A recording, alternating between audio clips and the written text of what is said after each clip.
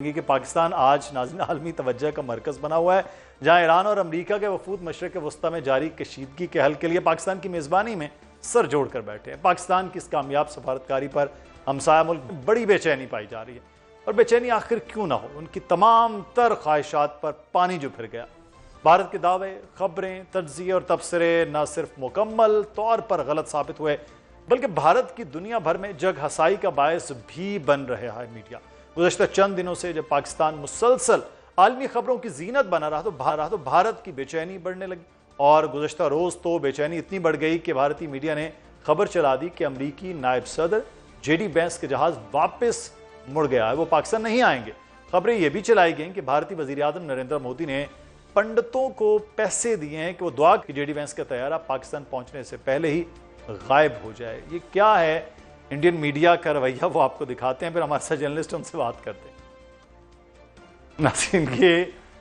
India today ہے۔ جنگ سے مئی 2025 سے پہلے انڈیا ٹوڈے کو خاصا ایک معتبر طور پر چینل سمجھا جاتا تھا کسی نہ کسی حد تک، لیکن وہاں چلنے والی یہ خبریں، لیکن اس کے بعد الحمدللہ پاکستان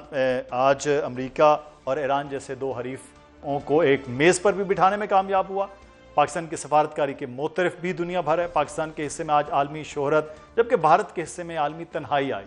مارکہ حق میں پاکستان نے بھارت کو جنگی محاذ پر شکست دی، اور آج سفارتی محاذ پر بھی پاکستان نے بھارت کو پچھاڑ کے رکھ دیا۔ مارکہ حق میں کامیابی کے بعد دنیا بھر میں پاکستان کا ایک نیا چہرہ تھا، اور ایک بار پھر دنیا کی نظریں پاکستان پر ہیں، اور پاکستان آج عالمی سفارتکاری کا مرکز بن کر ابھرا ہے، اور یقیناً اب بھارت کی بے چینی میں مزید اضافہ ہو رہا ہے، اور اب یہ اضافہ ہونا بنتا بھی ہے، کیونکہ بھارت اب عالمی منظرنامے میں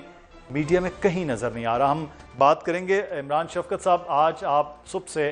کنونشن سینٹر میں موجود تھے، تقریباً کوئی 150-200 کے قریب انٹرنیشنل جرنلسٹ یہاں موجود تھے، سکرینز لگی ہوئی، وہ وہاں رپورٹ کر رہے تھے اور آپ دیکھ رہے تھے انہی کو لائیو۔ یہ بینگ اے جرنلسٹ، آپ نے جو وہاں دیکھا ہے اور جو رویہ نظر آ رہا ہے بھارت کی بے چینی کا، اس کو کس طرح بیان کریں گے؟ میرا خیال ہے کہ بھارت کے پاس جو مزائل باقی بچا ہے جو وہ تو صرف وہی ہے میڈیا کی صورت میں، اور وہ خیر میڈیا وہ بھی، میں تو اس کو پنجابی میں ہم کہتے ہیں نکارا کو پھوکا، یہ پھوکا سا مزائل ہے، اور وہ جس طرح کی انہوں نے مئی میں رپورٹنگ کی تھی، اس نے یعنی جنگ کے دوران اس نے اس کا جو بھرم رہ گیا تھا وہ سارے کا سارا کھول کے رکھ دیا ہے، کچھ باقی پیچھے نہیں بچا۔ تو لاہور میں سمندر اور پتہ نہیں کہاں سمندر۔ تو بات دراصل یہ ہے کہ جب کوئی بھی قوم کسی محاذ کے اوپر ناکام ہوتی ہے تو پھر وہ جو احساس ناکامی ہوتا ہے، احساس زیاں ہوتا ہے، وہ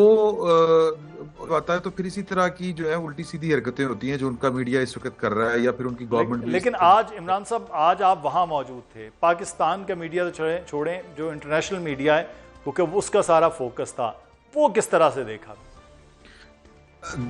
اگین دیکھیں کہ میں تو اس ساری کامیابی کو جو پاکستان کی لیڈرشپ، ایک تو موجودہ لیڈرشپ ہے، میں اس کو تو جوڑتا ہوں کہ پاکستان میں جو جتنی بھی لیڈرشپ گزر چکی ہے ماسوائے ایک آدھ بھی وہ یعنی لاسٹ عمران خان صاحب کو والا جو دور تھا، اس میں تو خیر وہ بہت ہم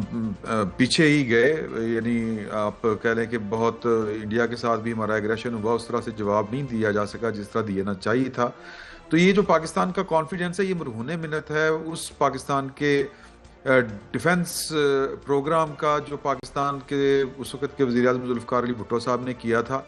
فیصلہ کیا تھا، قوم نے اپنا پیٹ کاٹ کے جو ایک کہہ لیں کہ ٹارگٹ اچیو کیا، وہ پے بیک کر رہا ہے۔ صحیح۔ 9 مئی کی جنگ میں پاکستان اگر دلیری سے کھڑے ہونے کا فیصلہ کیا تھا، تو پھر اگر کوئی چیز روک رہی تھی دونوں طرف سے ہی، لیکن پاکستان کے اوپر بڑا وہ دباؤ تھا، کنونشنل جو وار ویپنز ہیں کہ وہ بہت بڑی طاقت تھی، لیکن پاکستان نے جس طرح سے یعنی جس چیز نے ان کو روکا، وہ پاکستان کا وہ جواب تھا جو دیا گیا بٹوین دی لائنز۔ تو یہ وہی کانفیڈنس بیسیکلی وہیں سے آیا ہے، وہیں سے یہ سٹارٹ اپ ہے پاکستان کا، اور اس کا نتیجہ یہ نکلا ہے کہ پاکستان نے سفارتی محاذ کے اوپر بھی کامیابیاں سمیٹی ہیں، اور پاکستان جو ہے وہ اس وقت پیس میکر کی صورت میں بھی آپ کو بینگ اے پاکستانی، عمران صاحب بینگ اے پاکستانی جو ہے وہ، میں 2 دن سے وہاں موجود تھے، ایک بڑا سا پراؤڈ منیف فاروق صاحب وہ فیل ہو رہا تھا۔ میں آپ کے تجزیے بھی دیکھ رہا تھا، پروگرام بھی، وہ کہتے ہیں نا کہ ویسے ہی خوش ہونا کہ اچھا پاکستان یہ کر رہا ہے، اچھا ہم امن کی بات کر رہے ہیں، پچھلے سال ہم جنگ کی بات کر رہے تھے، ہم جواب دیں گے، ہم نے جواب دیا، ہم کامیاب ہوئے. آج کسی کی جنگ ہے اور وہ بھی رکوانے کا پاکستان کے حصے میں آ رہا ہے. Being a journalist, being a Pakistani, یہ اتنی زیادہ جو ایک دم خوشی ہے، شاید ہمیں تو لگ رہا تھا کہ ڈیکیڈز ہو گئے کہ اتنی بڑی خوشیاں پاکستانیوں کو نہیں ملیں. جی ایسے ہی ہے. دیکھیے ملیٹریلی تو پاکستان نے پچھلے سال اپنے سے 7 گنا بڑی طاقت کو پچھاڑا ہے اور بہت زیادہ اچیومنٹ تھی پاکستان کی پچھلے سال. اور اگر ایک سال یا اس سے کچھ اوپر آپ دیکھیں تو پاکستان پورے 11 مہینے سر، 10 مئی سے لے کے 10 اپریل. بالکل اگر آپ اس سے پہلے بھی دیکھیں، ایون پی ڈی ایم کے دور کے اندر جب بلاول بھٹو زرداری اس وقت پاکستان کے وزیر خارجہ تھے تو پاکستان کی وزارت خارجہ نے ٹیک آف کرنا شروع کیا. پاکستان نے بھارت کو کال آؤٹ کیا